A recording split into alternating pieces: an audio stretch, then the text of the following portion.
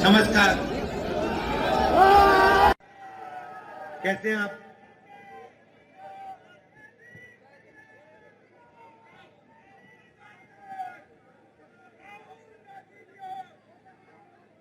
अच्छा, नारे नारे बंद कीजिए। सबसे पहले मैं आपका यहां स्वागत करना चाहता हूं। नमस्कार। कैसे हैं? आपका मूड कैसा है? तो पिछले साल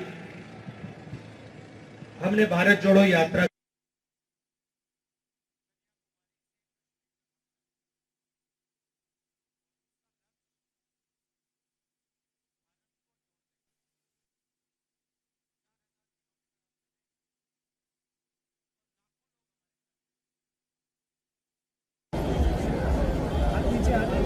देश में नफरत का माहौल बनाया जा रहा है।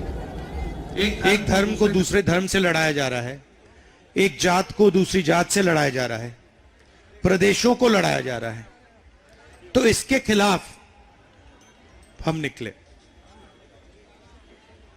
यात्रा में 6-7 घंटे हम जनता से बात करते थे, उनकी बात सुनते थे, और फिर अंत में 15 मिनट का 20 मिनट का ऐसा भाषण होता था। तो यात्रा का लक्ष्य आपको अपनी मन की बात बताने का नहीं है, यात्रा का लक्ष्य आपकी मन की बात को सुनने का है। और तो पिछले साल जब हम चल रहे थे यात्रा में, तो बहुत सारे लोग आए, उन्होंने कहा देखिए आप कन्याकुमारी से कश्मीर चले हो, मगर छत्तीसगढ़ का, झारखंड का, बिहार का, उत्तर प्रदेश का, नॉर्थ ईस्ट का, इन प्रदेशों का, गुजरात का क्या होगा? तो हमने कहा ठीक है, दूसरी यात्रा करते हैं, भारत जोड़ो यात्रा मणिपुर से लेकर महाराष्ट्र तक। और इसीलिए आज मैं आपके सामने खड़ा हूं। पिछली यात्रा में हमें पता लगा कि नफरत और हिंसा अन्याय के कारण बढ़ रही है।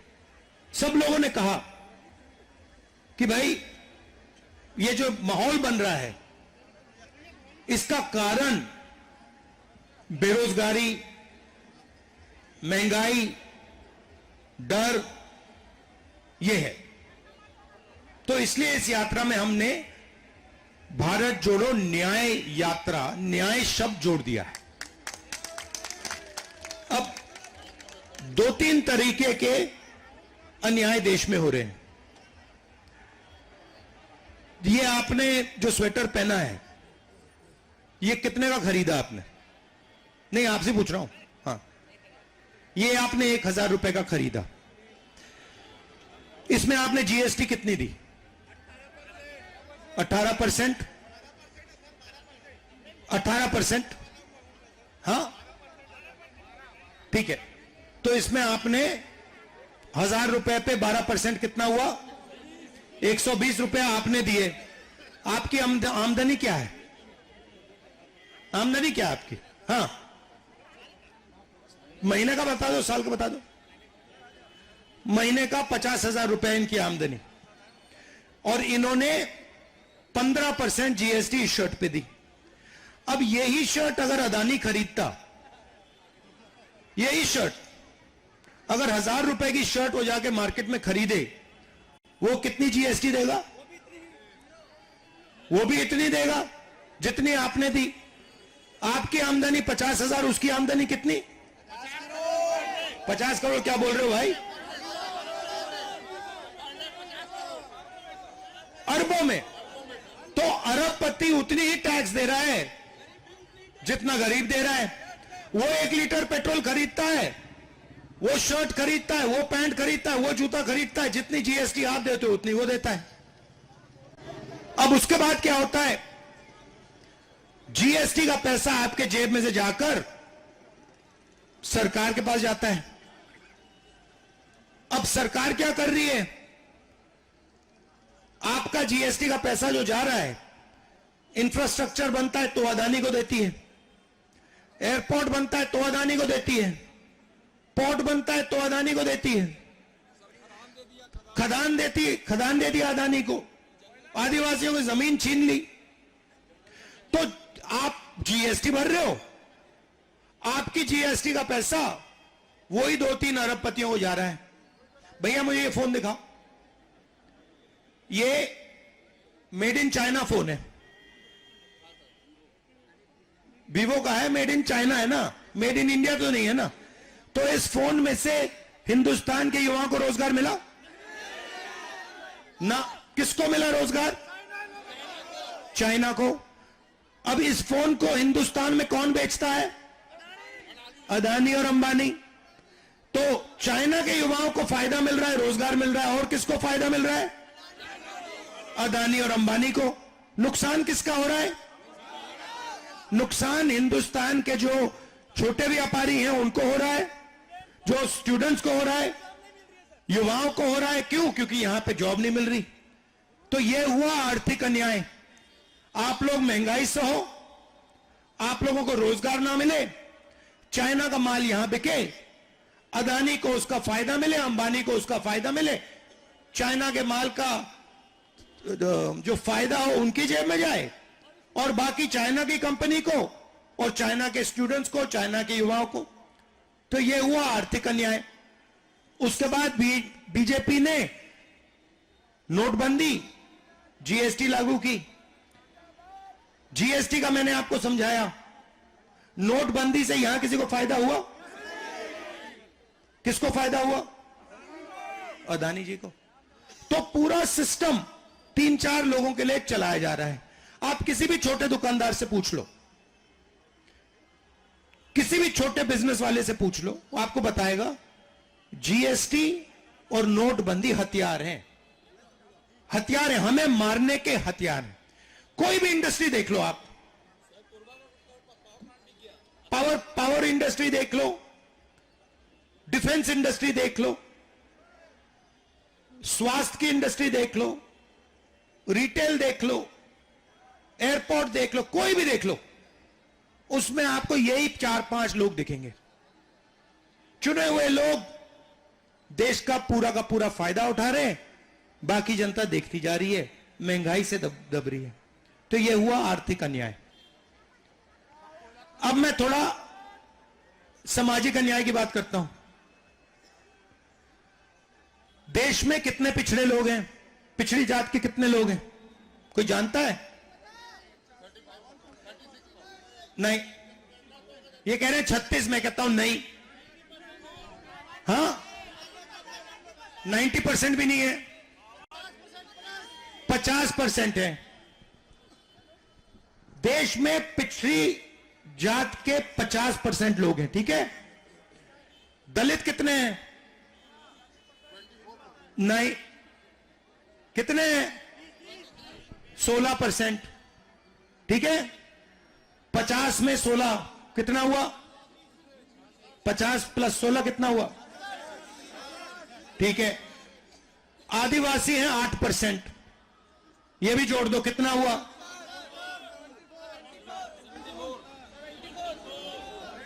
74, ठीक है? ठीक है। अब 74% दलित, पिछड़ा और आदिवासी की आबादी है। अब आप मुझे बताओ, ये जो पूरा का पूरा पैसा अदानी जी की कंपनी में जा रहा है, अंबानी जी की कंपनी में जा रहा है, इन कंपनियों में ओबीसी, दलित और आदिवासी कितने लोग हैं? कितने हैं बताओ? 10%। मैंने आंकड़ा निकाला, एक नहीं है, 0% है। अब सुनो, मजे की बात सुनो। हिंदुस्तान की 200 सबसे बड़ी कंपनियां, जिनको देश का पूरा धन दिया जा रहा है, इनमें से इनके मालिक ओबीसी, दलित, आदिवासी कितने हैं? भाई एक नहीं है, 200 कंपनियों में एक मालिक, ना दलित का, ना आदिवासी का, ना पिछड़े का, ठीक है? चलो छोड़ो, मैनेजमेंट में बता दो।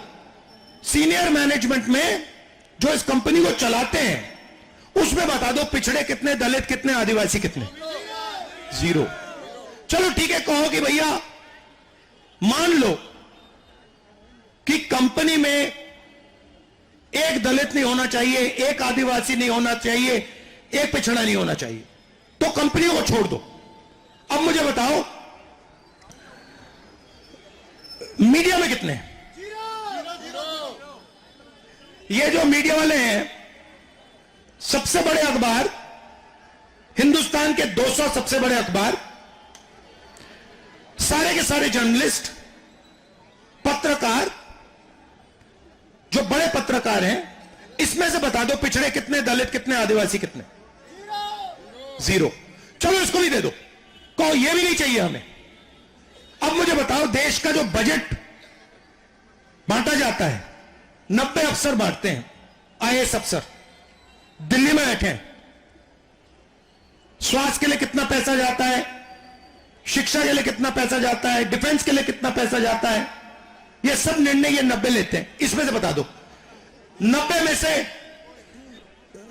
में से ओबीसी कितने, दलित कितने, आदिवासी कितने? और ये एक बात बताओ, दूसरी बात ये बताओ कि बजट का कितना पैसा ये अफसर बांटते हैं। मतलब 74% लोग मीडिया में नहीं है, सबसे बड़ी कंपनियों में नहीं है, सरकार में बता दो कितने? बताओ 90 में से भाई 3 ओबीसी, 1 दलित, 1 आदिवासी, 90 में से 5, 74% का हिस्सा 5, ठीक है? और बताता हूं, अगर बजट में 100 रुपया खर्च होता है तो ओबीसी अफसर कितने रुपए का निर्णय लेते हैं? 5%। दलित कितने का लेते हैं? 1%। आदिवासी कितने का लेते हैं? 100 रुपए में से 10 पैसा। मतलब 74% आबादी बजट का 6%, 6 रुपए, 100 रुपए में से 6 रुपए 10 पैसा संभालती। आप हैरान हो गए ना? अब गरीब जनरल कास्ट की बात करता हूं। अब मुझे बता दो गरीब जनरल कास्ट का इन अफसरों में से कौन सा है? एक नहीं है। बड़ी कंपनियों में कौन सा है? एक नहीं है। तो बीजेपी कहती है हिंदू राष्ट्र, हिंदू राष्ट्र, 74% को कुछ नहीं मिल रहा, कुछ नहीं मिल रहा, गरीब जनरल कास्ट को कुछ नहीं मिल रहा। आप मुझे बताओ राम मंदिर का इनॉग्रेशन हुआ, देखा आपने? उसमें आपने एक गरीब आदमी देखा? एक देखा आपने? उसमें मुझे अमिताभ बच्चन दिखा, ऐश्वर्या राय दिखी, अदानी दिखा, अंबानी दिखा, सारे के सारे बिजनेस वाले दिखे।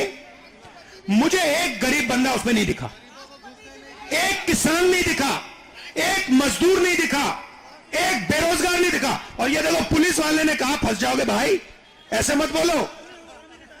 रिटायर आर्मी ने कहा अच्छा आपकी भी बात करूंगा अभी मैं। नाम क्या आपका? आ जाओ।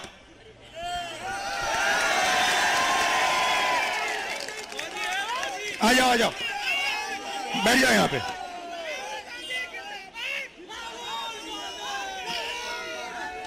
ये देखो आया बब्बर शेर।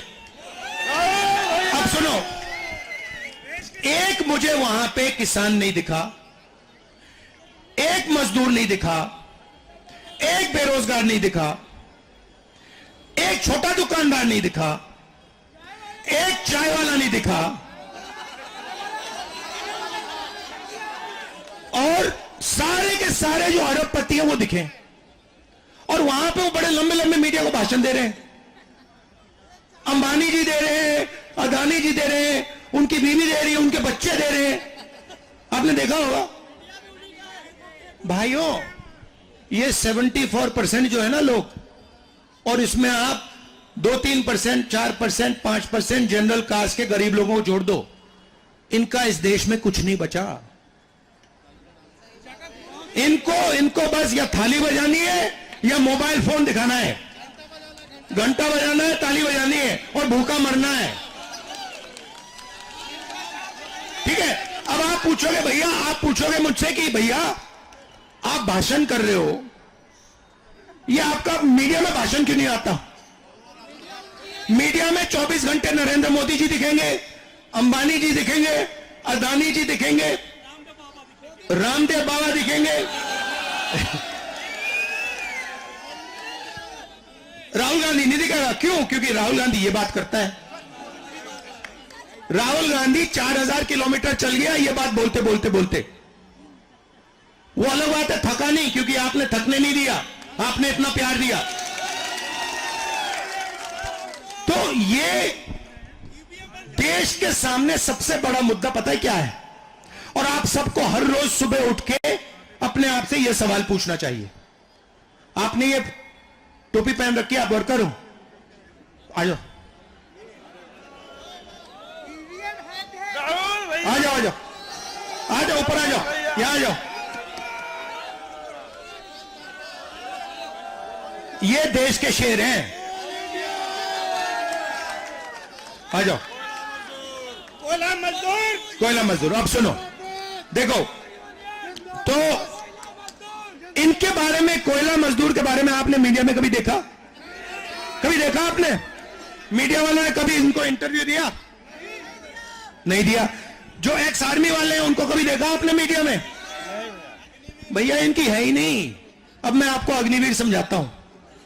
आपको समझ नहीं अग्निवीर योजना? मैं समझाता हूं आपको। पहले क्या होता था, ये एक्स आर्मी के हैं, ये एक्स आर्मी के हैं। कब गए आर्मी में आप? मैं 2004 में गया। ये 2004 में गए। आप क्यों गए? देश सेवा करना था, जज्बा था, भारत माता की सेवा करना था। तो इनके दिल में आग जली थी देश प्रेम की, देशभक्ति की, इसलिए ये गए। अच्छा भैया, कौन से बॉर्डर पे गया? मैं कम्युनिकेशन आईटी में सिग्नल में था, कंप्यूटर ऑपरेटर था। ये कंप्यूटर ऑपरेटर का काम किया। जब ये निकले, आर्मी ने इनसे कहा, कब निकले आप?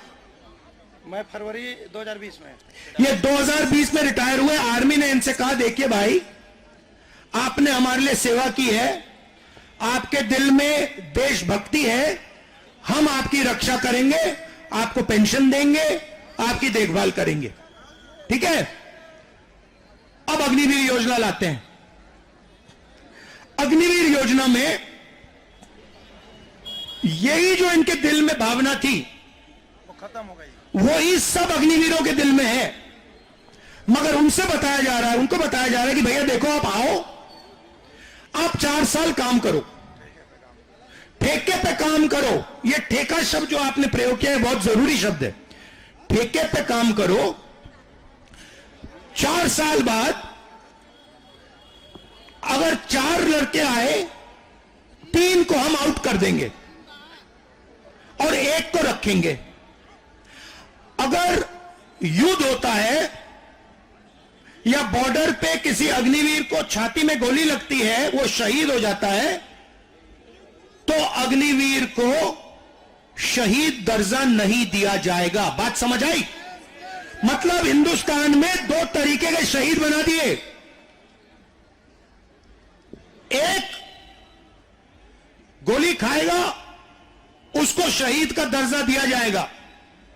दूसरा गोली खाएगा, शहीद होगा, उसको कहा जाएगा भैया तू शहीद नहीं है। मतलब जो ठेकेदारी पूरे देश में फैला रहे हैं ये लोग। अच्छा, ठेकेदारी और ये जो कॉन्ट्रैक्ट लेबर कौन करता है? कॉन्ट्रैक्ट लेबर कौन करता है? पहले मुझे ये बताओ। हाँ? अरे नहीं भाई, कॉन्ट्रैक्ट लेबर 74% वाले लोग करते हैं। आप जाओ, कोई लिस्ट निकालो कॉन्ट्रैक्ट लेबर की, मैंने निकाली है। कॉन्ट्रैक्ट लेबर का लिस्ट निकालो, उसमें नाम देखो, उसमें आपको दिखेगा ओबीसी, दलित, आदिवासी और 2-3 गरीब कास्ट के जनरल लोग मिलेंगे। तो इन्होंने क्या किया, इन्होंने आर्मी को दो भाग में बांट दिया। एक अग्निवीर में दो पार्ट बना दिए। एक हुआ कॉन्ट्रैक्ट लेबर, मजदूर, जिसको आप उठा के फेंक सकते हो, उसका नाम है अग्निवीर। उसमें पता है कौन लोग जाएंगे? 74%। उसमें गरीब लोग जाएंगे, उसमें 74% जाएंगे। उनको कहा जाएगा भैया देखो 3 साल आपने काम किया, 4 साल काम किया, बाहर आओ, निकलो यहां से, पूर्व सैनिकों को गार्ड बना रहा है। जाओ निकलो यहां से, तुम्हारी अब जरूरत नहीं है, तुम जाके देश में मजदूरी करो। यहां तुमने मजदूरी की 3 साल यहां की, अब जूता मार के तुम्हें बाहर निकाल दिया जाएगा, अब देश में मजदूरी करो। और वही जो 2-3% वाले लोग हैं उनको वहां पे परमानेंट जॉब मिलेगा और वो शहीद होंगे, उनको शहीद का दर्जा मिलेगा। और बाकी लोग अगर शहीद हो गए उनको कुछ नहीं मिलने वाला। तो हिंदुस्तान को 2 पार्ट में बांटा जा रहा है। एक है 2-3% जिसके हाथ में मीडिया, जिसके हाथ में कोर्ट्स, जुडिशरी, सेना, पुलिस, बड़े बड़े बिजनेस। अच्छा और बताता हूं, प्राइवेट अस्पताल देख लीजिए, 200 सबसे बड़े प्राइवेट अस्पताल। जब आप बीमार होते हो आपको वहां जाना पड़ता है, एक्सरे, एमआरआई सब होता है, आपके जेब से पैसा निकलता है। अच्छा ये बता दो, बाकी सब छोड़ दो, कहो ठीक है भैया हम दलित हैं, हम आदिवासी हैं, हम पिछड़े हैं, ये हमें नहीं चाहिए। प्राइवेट अस्पताल के मालिक ओबीसी, दलित, आदिवासी कितने? 0। अपोलो का मालिक, एस्कॉर्ट्स का मालिक, मेदांता का मालिक, मैक्स का मालिक, सब चेक किया भाई। मैंने नाम देख देख के चेक किया है भैया, मैं ढूंढ लूं एक दलित को, एक आदिवासी को, एक पिछड़े को मिल जाए मुझे यहां, मैं उससे मिलना चाहता हूं। तू कैसे घुस पड़ा? क्या किया तूने? जादू से तू इस सिस्टम में कैसे घुसा? मैं पूछना चाहता हूं, मैं ढूंढ रहा हूं उसको, अभी तक नहीं मिला। प्राइवेट अस्पताल में नहीं है, चलो छोड़ो, आप ये कहो प्राइवेट अस्पताल भी नहीं चाहिए हमें, हम भूखा मरना चाहते हैं, ये भी कह दो। अब मुझे बताओ, कॉलेजेस और यूनिवर्सिटीज, सबसे बड़े कॉलेज यूनिवर्सिटी जो है प्राइवेट, वो कर्नाटक में नाम क्या है उसका? अलंकार नाम क्या है कर्नाटक में बड़ा वो जो है द बिग यूनिवर्सिटी? महिपाल।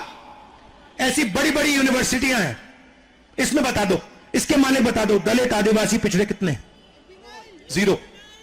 तो क्या कर रहे हो आप लोग? मुझे समझ नहीं आ रहा। आप सो गए हो, आपने बात मान ली, आप हार मान गए और 24 घंटा जय श्री राम, जय श्री राम, जय श्री राम, वो सब ठीक है, मगर आपके जेब से रोज पैसा छीना जा रहा है, निकाला जा रहा है, आप भूखे मर रहे हो। पिछले, अगर मैं यहां 100 साल पहले आता और मैं पूछता भैया नशा किन चीजों से होता है, आप मुझे क्या बताते? शराब और गांजा, चरस। और नशे का मतलब क्या होता है? नहीं, नशे का क्या मतलब होता है? नशे का मतलब जो जिंदगी है उससे उस व्यक्ति का ध्यान उतर गया, नशा वो होता है। सही? मतलब जो जी रहा है मगर उसका ध्यान जिंदगी से हट गया, वो नशे में है। मैं यात्रा में जा रहा हूं, मैं स्टूडेंट से पूछ रहा हूं भैया एक बात बताओ, ये जो तुम्हारा सेलफोन है इसमें तुम्हारा ध्यान कितने घंटे रहता है? 8 से 10 घंटे। हिंदुस्तान के युवा सेलफोन दिखाओ,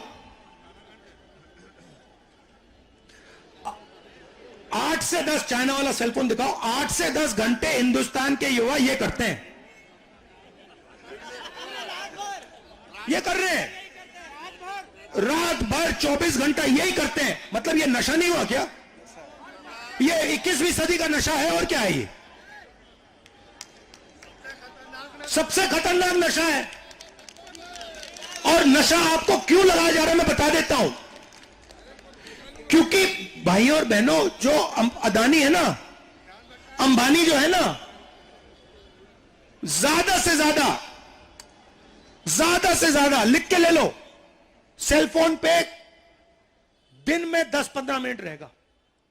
क्यों? वो पैसा कमा रहा है भाई, वो आपका पैसा ले रहा है 24 घंटा, धड़ाधड़ धड़ाधड़ धड़ाधड़ धड़ाधड़ पैसा आ रहा है। मैं एक दिन कुवैत जगह कुवैत का नाम सुना है? कुवैत जगह मैं गया, मुझे वहां पे कुवैत में बुला दिया। उन्होंने मुझसे पूछा, वहां की सरकार ने मुझसे पूछा, भैया एक बात बताओ, आप कुछ देखना चाहते हो? मैंने कहा हां मैं देखना चाहता हूं। कहते क्या देखना चाहते हो? मैंने कहा जो तेल निकलता है ना, वो मैं देखना चाहता हूं। तो मैं वहां गया, उन्होंने कहा चलिए, मुझे ले गए। आप में से किसी ने देखा है जहां तेल निकलता है? मैं हैरान हो गया। जैसे यहां पे पानी के कुएं होते हैं ना, वैसे 150 कुएं थे। कुएं के अंदर पाइप से तेल निकल रहा था, और एक बीच में एक घर था, ऑफिस सा था, उसमें सारे के सारे पाइप जा रहे थे। फिर मुझे वो ऑफिस ले गए। मैंने वहां देखा, पहली बार जिंदगी में देखा, स्क्रीन सी थी, उस पे नंबर चल रहे थे, 1 2 3 4 5 ऐसे, मतलब तेजी से नंबर चल रहे थे। मैंने उनसे पूछा, भाई ये नंबर क्या है? मतलब ये हर सेकंड 500 700 बढ़ता जाता है। मैंने कहा ये है क्या? ये पता क्या था? कमाई थी भाई, कमाई। वो हर सेकंड $400-500 कमा रहे थे। जैसे मशीन चलती है ना, ड्रिल की मशीन चलती है ना, घूमती है ऐसे, वैसे उनका पैसा बन रहा था। वहां उन्होंने मुझे दिखा दिया। यहां आपको दिखाते नहीं है। यहां भी इनके घरों में ऐसी मशीन है, चलती जाती है। पैसा कहां से आ रहा है? तेल से नहीं आ रहा भाइयों और बहनों, आपके जेब से आ रहा है, आपके खदानों से आ रहा है, आपकी कमाई से आ रहा है। मगर आपको समझ नहीं आ रही बात। मैं तो पागल हो गया, मैं बोलता जा रहा हूं, आपको समझ नहीं आ रही। 24 घंटा बैठे हुए सेलफोन देख रहा है, कोई सेलफोन देख रहा है। तो ये पूरा जो किया जा रहा है, आपके ध्यान को इधर उधर करने के लिए किया जा रहा है। चाहिए सेलफोन हो, चाहिए मीडिया हो। कभी आपको आपके सामने अक्षय कुमार को नचा देंगे, देखा आपने? वो डांस करेगा, पूरा हिंदुस्तान देखेगा भैया अक्षय कुमार ने डांस मारा। फिर ऐश्वर्या राय को नचा देंगे, भैया पूरा हिंदुस्तान कहेगा ऐश्वर्या राय ने डांस मारा। आप बातचीत में लगे रहो, आपका पैसा जाता जाएगा, जाता जाएगा, जाता जाएगा। अरे जाग जाओ भैया, कब जगोगे? नहीं अभी नहीं जगे। मैं जाऊंगा, फिर से सेलफोन पे चले जाओगे, फिर से सेलफोन पे चले जाओगे। कहोगे राहुल गांधी चला गया, चलो सेलफोन देखते हैं, ऐश्वर्या राय देखते हैं, शाहरुख खान को देखते हैं। और ये बेचारा जो है, ये अपनी पूरी जिंदगी काम करेगा। इसके बच्चे क्या करते हैं? कोल इंडिया में है। आप कोल इंडिया में, आपके बच्चे क्या करते हो? मेरा लड़का बीटेक कर रहा है। बीटेक कर रहा है। हाँ। अब देखो, बीटेक करने में आपने प्राइवेट यूनिवर्सिटी को कितना पैसा दिया? कम से कम 5 लाख दे दी। 5 लाख रुपए आपके जेब से मिले। आपको क्या लगता है, आपके बेटे को रोजगार मिलेगा? कुछ रोजगार नहीं मिलेगा। मोदी जी कहते हैं कि विकास विकास। मेरा लड़का बीटेक करके आज कुछ नहीं कर पा रहा है, और बोलते हैं कि रोजगार देने, पकौड़ा बेचने के लिए तो बोलते हैं, और क्या बोलेंगे वो। अब सुनिए, अब सुनिए बात। मैं आपको पूरा डिजाइन समझाता हूं। कोल इंडिया पब्लिक सेक्टर यूनिट है। आप बात समझे नहीं। ये कोल इंडिया किसका है? नहीं, सरकार का नहीं है। नहीं नहीं, ये आपका है, ये आपका है, सरकार का नहीं है, ये आपका है। अब ये उसमें काम करता है बेचारा, ये अपना खून पसीना दे रहा है। देखो टोपी पहनी हुई है, क्यों पहनी हुई है? क्योंकि जहां काम करता है चोट लग सकती है। अब क्या हो रहा है, कोल इंडिया को आस्ते आस्ते आस्ते आस्ते पीछे से ऐसे गला घोंटा जा रहा है, सरकार गला घोंट रही है, आस्ते आस्ते आस्ते आस्ते आस्ते। जब गला घुट जाएगा कहेंगे कोल इंडिया काम नहीं कर सकता, कॉम्पिटिटिव नहीं है, चलो इसको अदानी को दो, वो चलाएगा। फिर क्या करेंगे, इनको उठा के बाहर फेंक देंगे। इनकी नौकरी ले ली, इनसे 5 लाख रुपए बेटे के शिक्षा के लिए ले लिए। भैया आपके कोई बीमार हुआ कभी परिवार में? बीमार है, प्राइवेट अस्पताल में गए? प्राइवेट अस्पताल में कितना पैसा लगा? एक बार जाने में मतलब एडमिट करने का मतलब 30 से 40 हजार रुपया घुस जाता है। तो 30-40 हजार रुपए प्राइवेट अस्पताल में जाने एक बार के लिए, 5 लाख रुपए शिक्षा के लिए चले गए, और थोड़ी देर में इनको बेरोजगार बना दिया जाएगा, वीआरएस दे दिया जाएगा। जानते हो वीआरएस क्या होता है? Voluntary retirement scheme. पैसा कहां जा रहा है?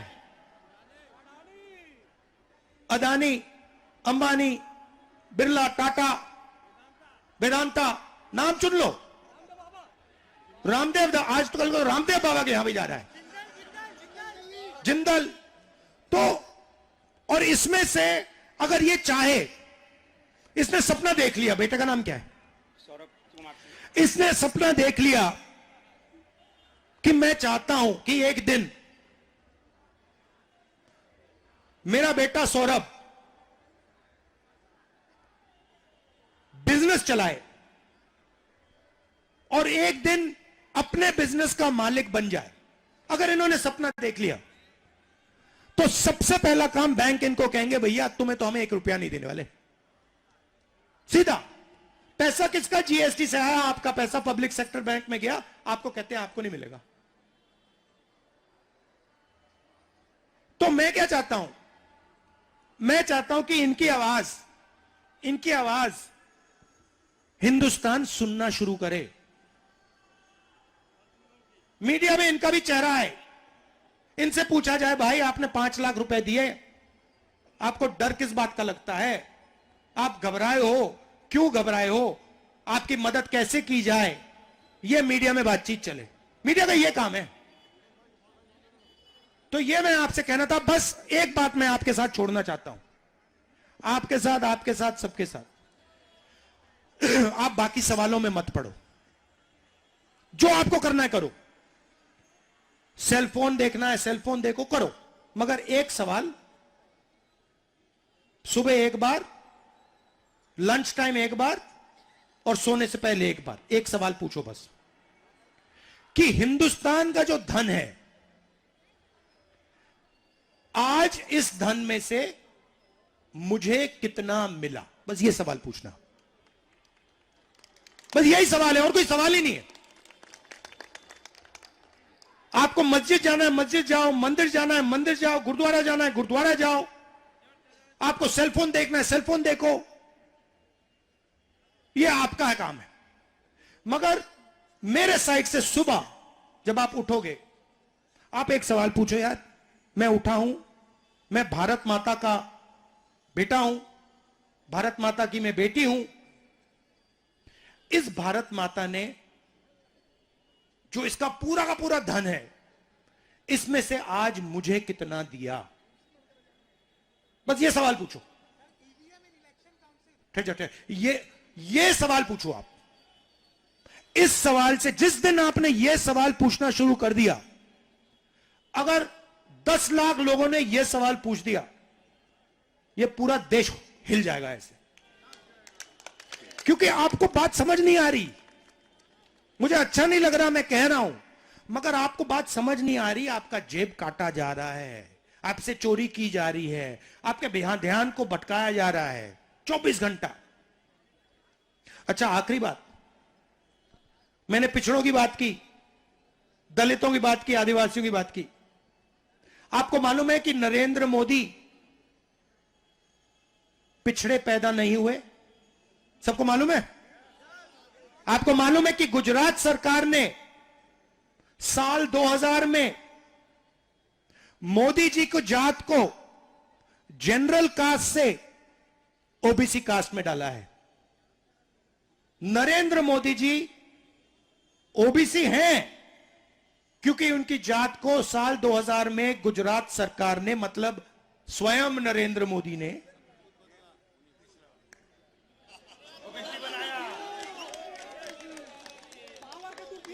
अब आप कहोगे हां ठीक है, मोदी जनरल कास्ट का है, राहुल गांधी भी ओबीसी नहीं है, सही बात है, मगर मुझे अन्याय अच्छा नहीं लगता।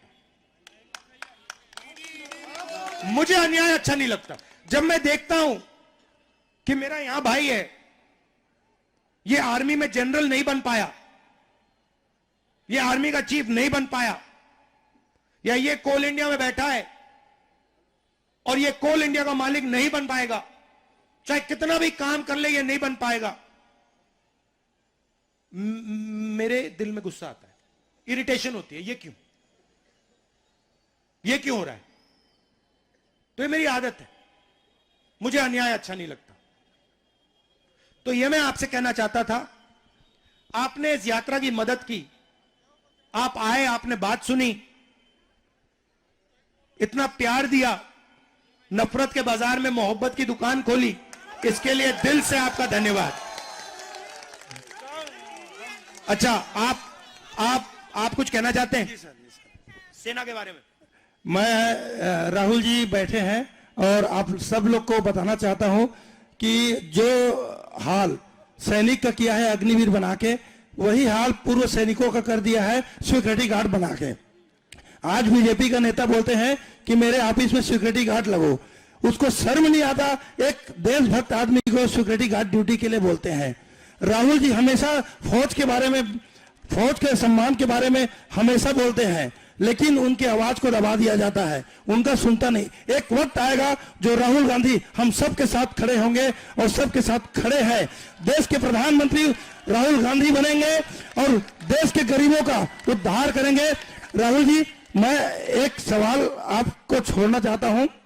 जो छत्तीसगढ़ में भर्ती सरकारी नौकरी में चलता है, उनमें आम परीक्षार्थियों या आम लड़कों जो 20-22 साल सर्विस करके जो 20-22 साल के लड़के हैं वो कंपटीशन लड़ते हैं, वो सैनिक को मत लड़वाइए। उनके लिए अगर पोस्ट है तो सैनिक में ही कंपटीशन होना चाहिए, हम सैनिक को मिल जाएगा। हम लोग का शिक्षक भर्ती में 12,000 पोस्ट, 1200 पोस्ट खाली था, जिनमें पूरा खाली गया, और उनमें अगर हमको शिथिलता दी जाए, बीएड कर लिए हैं लेकिन टेड में थोड़ा शिथिलता दे दिया जाए तो हम टीचर बनके एक अच्छा पढ़ा सकते हैं और देशभक्ति की भावना जगा सकते हैं, संविधान के बारे में समझा सकते हैं। ये नकली मोदी जी का नियत और नियत दोनों ठीक नहीं है। इसी आशा के साथ नफरत छोड़ो, भारत जोड़ो, जय हिंद, जय भारत, जय छत्तीसगढ़। ये इन्होंने बहुत अच्छी बात बोली है, ये मैंने नहीं बोली, भूल गया। नहीं, गलती मैं करता हूं भैया, मैं मोदी जी नहीं हूं कि कभी गलती नहीं करता हूं, मुझसे गलती हो जाती है, मैं आप जैसा हूं। तो इन्होंने बात बिल्कुल सही बोली। जो सरकारी नौकरियां हैं जो खाली पड़ी रहती हैं, उनको सबसे पहले भरना है और उनको गरीब से गरीब लोगों के हवाले करना है। ये आपकी पूंजी है, ये नौकरियां जो हैं ये आपका धन है और ये आपके हवाले करा जाना चाहिए। अब आखिरी बात, सामाजिक न्याय का सबसे बड़ा क्रांतिकारी कदम आप जानते हो? जोर से बोल यार, जोर से। ये क्यों? क्योंकि इससे जाति जनगणना, 2 मिनट में आपको समझा देता हूं। आपको कभी चोट लगी है? चोट लगी कभी? चोट लगा खदान में। जब आप अस्पताल गए, जैसे आपके पैर में चोट लगी, पहले डॉक्टर कहता है भैया एक्सरे कराओ, जी कहता है ना? हाँ कहता है। ये जाति जनगणना देश का एक्सरे है। इसके बाद पता लग जाएगा कि कौन सी जात के कितने लोग हैं और कौन सी जात के कितने लोगों के पास कितना धन है, पिछड़े कितने, दलित कितने, आदिवासी कितने, जनरल कितने, माइनॉरिटी कितने, जनरल लोगों के पास कितना धन और उनमें से कितने के पास कितना धन, पिछड़ों के पास कितना धन और पिछड़ों के पास कौन सी जात के पास कितना धन, फिर सबको पता लग जाएगा भैया हिंदुस्तान में भागीदारी किसकी कितनी हो रही है।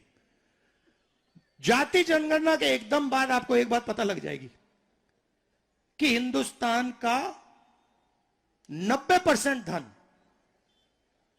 1% लोगों के हाथों में है। उसमें ना कोई गरीब जनरल कास्ट का है, ना कोई पिछड़ा है, ना कोई दलित है, ना कोई आदिवासी है। उसके बाद सच्ची राजनीति शुरू होगी। जैसे हमने आजादी ली, सफेद क्रांति, हरी क्रांति, बैंक नेशनलाइजेशन, कंप्यूटर रेवोल्यूशन, ये सब क्रांतिकारी काम थे।